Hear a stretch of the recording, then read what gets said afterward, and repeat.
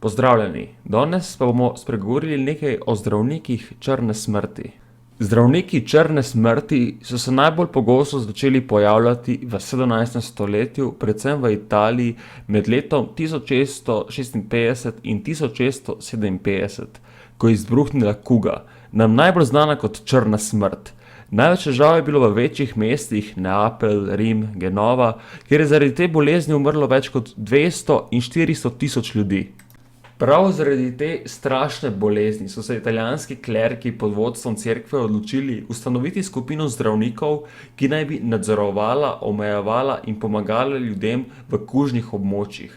Zdravniki črne smrti so bili predvsem namenjeni ljudem, ki so bili revni in si niso mogli privoščiti zdravljenja pri pravih zdravnikih. Bolezen, ki jo danes poznamo kot kuga, so najverjetneje prinesli trgovci z ladjami, na katerih so bile podgane, katere so bile okužene z bakterijo Yersinia pestis. Cerkev in zdravniki črne smrti so upoštevali teorijo miazme, ki trdi, da bolezen, kot so kolera, kuga ali klamidija, se prenaša preko vonja, zato so morali zdravniki črne smrti nositi prav posebno obleko, ki bi jih ščitila pred morebitno okužbo. Zdravniki ponavadi niso imeli ravno zdravniške izobrazbe, ampak če si bil po poklicu mesar, si že imel kar dobre možnosti za zaposlitev. Zdravljenje je najpogosteje potekalo tako, da so jim rezali žile in kožo ali uporabljali pijavke, predvsem na predelih, kjer so ljudje imeli modrice zaradi notranjih krvavitev, ki jih je povzročila kuga. Prav tako pa so jim dali zapiti živo srebro, kis ali pa so si morali na rano dajati sol. Ponavadi so bolne oblačili v rjuhe, ki so bile prepolnjene s česnom, ker po srednjeveški logiki naj bi to odganjalo bolezni. Njihova obleka, za katero bi lahko rekli, da je neka zgodna verzija skafandra, je ustvaril francoski zdravnik Charles Delorme. Ta obleka pa je bila tudi zelo strašna. Na glavi so namreč nosili masko, podobno ptičji glavi, s kristalnim steklom za oči. Maska je bila nekakšna plinska maska v primerjavi z današnjimi, v kateri je bilo veliko raznih dišav in cvetja, ki so zdravnike ščitili pred vonjavami. Doktor je rabil nositi usnjen dolg plašč, škorne in rokavice za dodatno zaščito, da bi preprečil dotik, pa so uporabljali železno palico, da bi lahko bolne pregledali z razdalje.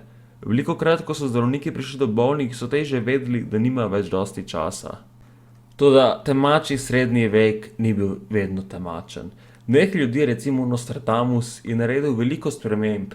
Za začetek je prekinil postopek rezanja žil bolnikom, z ulice pospravili trupla ter jih sežgali, da se okužba ne bi širila, ljudem je naročil, naj se umivajo s čisto vodo, ostanejo doma ter hodijo ven le po najnujnejše. Doktor jim je ukazal, naj svoje obleke ob koncu dneva dajo v vročo vodo ter naj jih tam pustijo nekaj časa. Najbolj znan pa je bil tudi potem, da so začeli pripravljati napitek iz šipka in drugih zelišč, ki je bil bogat z vitaminom C. Toda, če primerjam kugo, ki je razsajala v srednjem veku, in korono danes, je tukaj nekaj zelo zanimivega. Ljudje v srednjem veku niso imeli znanja, kako preprečiti širjenje, in je zaradi tega veliko ljudi umrlo. Danes pa imamo to znanje, kako omejiti današnjo kugo, in kljub temu zaradi človeške neumnosti veliko ljudi umira.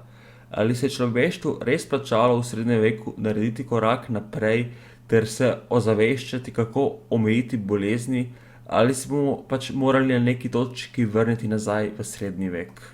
Upam, da vam je bil dokumentarec všeč. Če vam je bil všeč, pritisnite like ter se naročite. Hvala in lep dan.